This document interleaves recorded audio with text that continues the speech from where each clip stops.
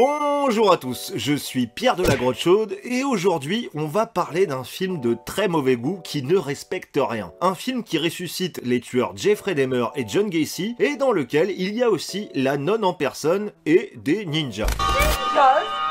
Holy mother. Dans l'histoire du 7e art, les affrontements entre super méchants sont fréquents.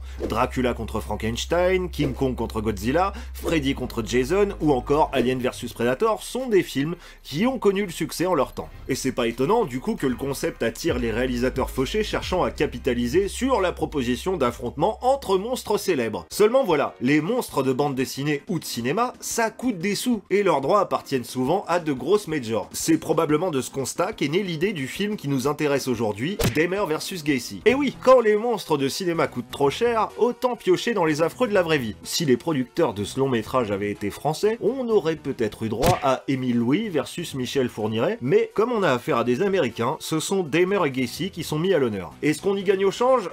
C'est pas sûr. Si vous avez suivi la récente série Netflix consacrée à Jeffrey Dahmer, vous connaissez sûrement le Gugus, un serial killer cannibale et nécrophile qui s'attaquait exclusivement à des hommes avec qui il souhaitait avoir des relations sexuelles après leur mort. John Wayne Gacy, quant à lui, aimait se déguiser en Pogo le clown pour divertir les enfants, mais sa vraie passion, c'était de kidnapper, séquestrer et abuser avant et après leur mort de jeunes hommes dont il faisait ensuite disparaître les corps sous sa maison. 17 victimes pour Dahmer, 33 pour Gacy, deux enfants de cœur en somme. Tous deux décédés en 1994 en prison, nos deux tueurs sont donc ressuscités en 2010 pour les besoins du film racoleur Dahmer vs Gacy. Comment reviennent-ils d'entre les morts? Tout simplement avec l'aide de la science. Un laboratoire secret du gouvernement américain cherche à créer le tueur ultime à des fins militaires et décide donc de cloner les deux tueurs. Mais cette expérience, intitulée Projet X13, dérape bien vite et Dahmer et Gacy s'échappent pour se livrer à leur activité préférée, tuer d'innocentes victimes. How about I give you a little head? Pour les stopper, Dieu, oui, Dieu, le Seigneur Tout-Puissant, contacte Ringo, un redneck au bord du suicide, et lui demande, sans qu'on comprenne trop pourquoi il est l'élu, d'aller arrêter les deux clones tueurs. Pour mener à bien sa mission, Ringo va chercher un katana dans le désert et est attaqué par des ninjas. C'est pas de bol, mais ce sont des choses qui arrivent.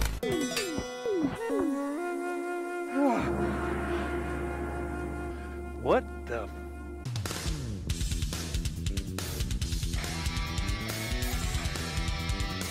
Notons d'ailleurs que Ringo est joué par Ford Austin, qui interprète aussi Dahmer, en plus de réaliser le film. Ça fait beaucoup pour un seul homme, et ça explique aussi peut-être quelques trucs. Au casting, on retrouve également Bonnie Arons. Qui est Bonnie? Bonnie Arons, vous la connaissez certainement. C'est la nonne du Conjuring Cinematic Universe. Inconnue à l'époque, elle joue dans Dahmer vs Gacy, une militaire très énervée par la situation. I fucking told you so! You can't fuck around with cloning, especially when you're cloning absolute evil!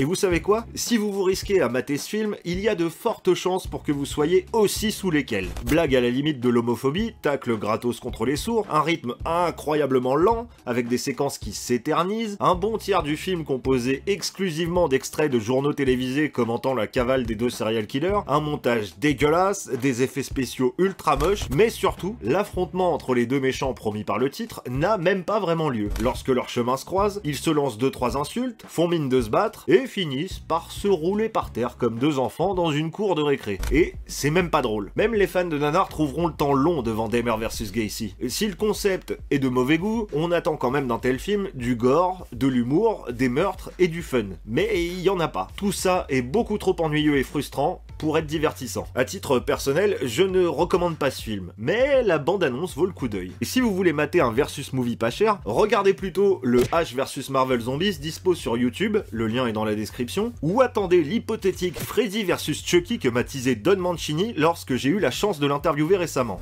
The idea is that Chucky ends up on Elm Street and he and Freddy meet in the dream world and they're fans of each other.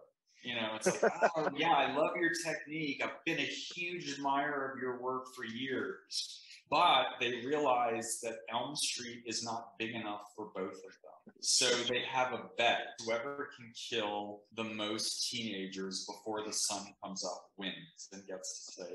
I mean, I would see that. I think it's a great idea. me too, definitely. Come on, New Line, help us out.